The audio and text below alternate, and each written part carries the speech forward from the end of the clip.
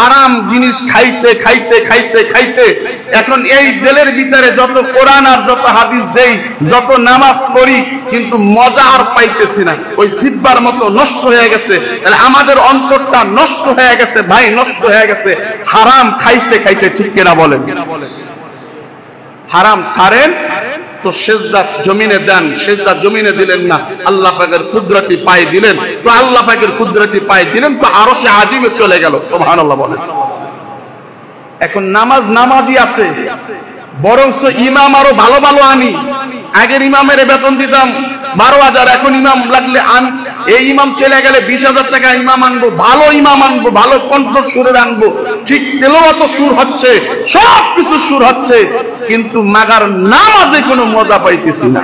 আছে না নাই? কথা বলেন, আছে না নাই? কারণ কি জানেন?